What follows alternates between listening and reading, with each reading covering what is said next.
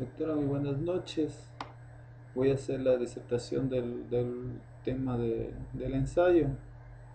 Asimismo, voy a comenzar dando a conocer alguna biografía pequeña acerca del autor de la criminología lombrosiana. Nos dice que el nombre del autor se denomina Esecha Marco Lombroso, conocido con el seudónimo de Cesare Lombroso. Fue un médico y criminólogo italiano, representante destacado y pionero del positivismo criminológico, llamado en su tiempo como Nueva Escuela. Nos cuenta que el 15 de abril de 1876 se puede considerar que es la fecha oficial en que nace la criminología como una ciencia. Se aducía que los criminales natos y la criminalidad puede reconocerse en virtud de características absolutamente precisas, corporales y anímicas perceptibles exteriormente, sus influencias en el análisis de casos sobre delincuencia y criminología en general. Asimismo, pretendía dar un enfoque en la descripción general y acotada acerca de la criminología positivista, explicando los fundamentos en los que se basó la escuela positivista para crear la ciencia, en este caso la criminología. Entre ellos, los más destacados eran de construir sus teorías a partir de un método experimental, tomando al delincuente como responsable de sus actos delictivos, donde su tratamiento será individualizado o sería individualizado y su pena sería un modo de defensa social ante las personas y no una sanción en sí. Además, el delito era visto como un hecho biológico natural. Según el autor de la criminología lombrosiana, nos dice que fue influido por Charles Darwin. ¿Quién era Charles Darwin? Charles Darwin era un naturalista inglés que en 1871 publica El origen, el origen del hombre. Sostiene que las funciones físicas y psíquicas evolucionan a través de una expresa adaptación del medio, que el hombre está íntimamente relacionado con otros animales y que sobre él actúan los mismos impulsos biológicos. Del cúmulo de, del cúmulo de observaciones que hace referencia a la especie de un orangután, que con respecto a los otros animales similares obra en forma diferente con agresividad, inadaptación, insociabilidad, y describe en ellos un particular rasgo que los caracteriza: las malformaciones cerebrales, y con base al estudio que de un famoso delincuente de la época que llevó a cabo el autor, o sea, Lombroso, este, nos dice que cuyo cráneo presentaba ciertas anormalidades que fueron comunes en los primeros. Lombroso llegó a una conclusión, la cual era que el delincuente es el eslabón perdido, pues en la evolución de la especie del simio se convierte en hombre, pero queda un pequeño espacio en que donde entra el hombre delincuente. ¿Y cuál es este espacio? Es de un ser que no ha logrado evolucionar adecuadamente. Por lo mismo se quedó en una etapa intermedia entre el simio y el hombre. Y así es considerado que las causas de la criminalidad son, de acuerdo con la forma, las causas físicas y biológicas del individuo criminal. Nos dice que otro rasgo característico de la obra es la precariedad del método científico.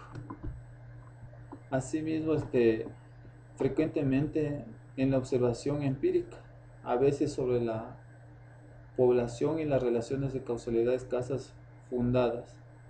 Se puede citar que, por ejemplo, era la comparación entre la temperatura anual media en las distintas provincias de Italia en ese tiempo y el índice de homicidios en cada una de ellas, lo cual concluye que la calor favorece este tipo de delitos.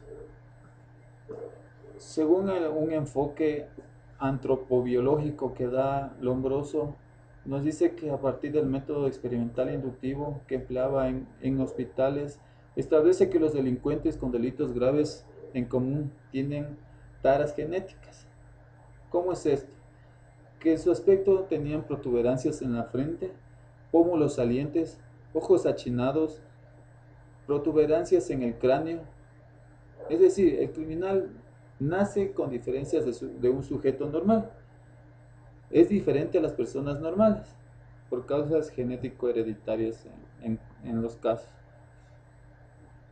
Nos dice que los individuos determinados para el delito sobrepasan los frenos inhibitorios que tienen las personas normales.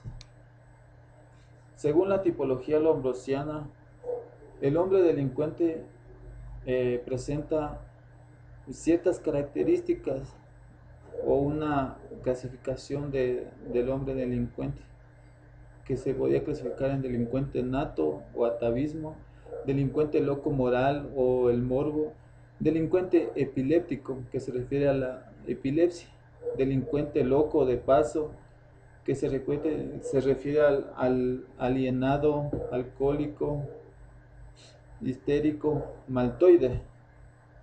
El delincuente ocasional, que son los pseudocriminales, los criminales y los maltoides.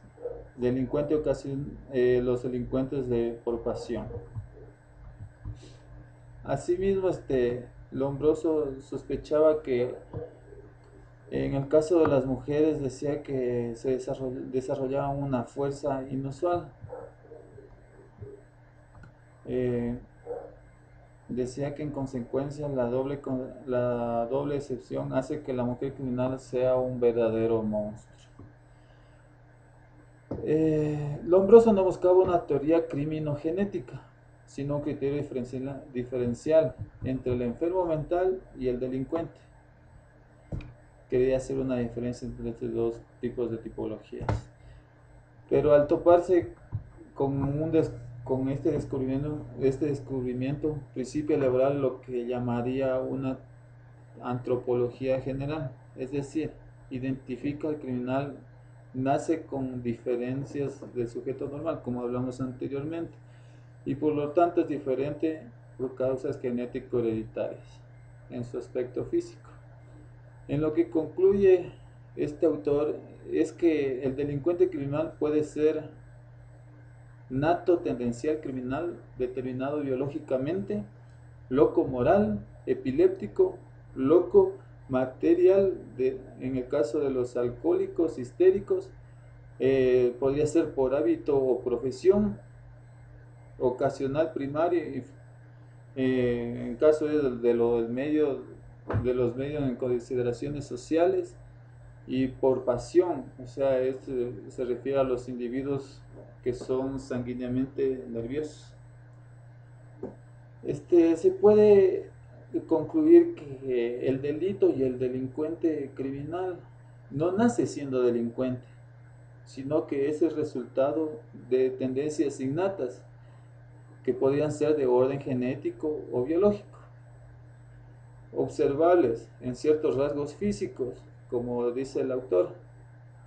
De ahí que uno sea o no delincuente con características psicológicas y a la vez el mismo nivel de racionalidad. O sea, quiere decir que todo delincuente tiene un nivel de racionalidad igual en el momento de realizar el acto delictivo y posterior. O sea, quiere decir que está en plena conciencia de lo que está haciendo. Doctora, esto ha sido todo lo que puedo acotar acerca de la teoría lombrosiana del ensayo.